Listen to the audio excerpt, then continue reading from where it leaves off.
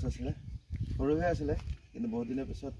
এতিয়া দেখিলোঁ যে ডাঙৰ হৈ গৈছে আৰু বটগাছ ঘৰৰ ওচৰত থকাটো বেয়া বোলে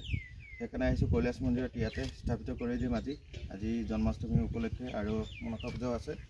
সেইকাৰণে ভাবিছোঁ আজিৰ দিনটো ভাল হ'ব আৰু এই পুলি দুটা এই কৈলাশ মন্দিৰৰ ওচৰত লগাই দিম পিছত ভাল হ'ব ডাঙৰ হ'লে ছাঁ হ'ব ভক্ত আহিলে ইয়াতে জিৰণি ল'ব পাৰিব ছাঁত আৰু মন্দিৰৰ ওচৰত বটগছ থাকিলে সকলোৱে ভালে পায় আৰু ভাল লাগে ঠিক আছে ভিডিঅ'টো শেষলৈকে আপোনালোকে চাই গৈ থাকিব কি কৰোঁ বলক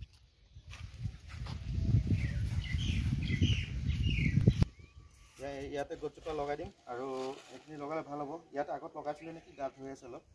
আৰু যিখিনি সময়ত মানুহে বন জংঘল কাটি মানে অক্সিজেনৰ লেভেলটো আমাৰ যিসকলে কমাই দি আছে সকলো সময়তে দেখি আছোঁ গছ গছনি থাকিলে আমি জীয়াই থাকিম সেইটো সকলোৱে জানে 10জন মানুহৰ সমান হয় এজোপা বৃক্ষৰ সৈতে সেইটো বিকল্পই আমি লগাই আছোঁ এজোপা আজি গছ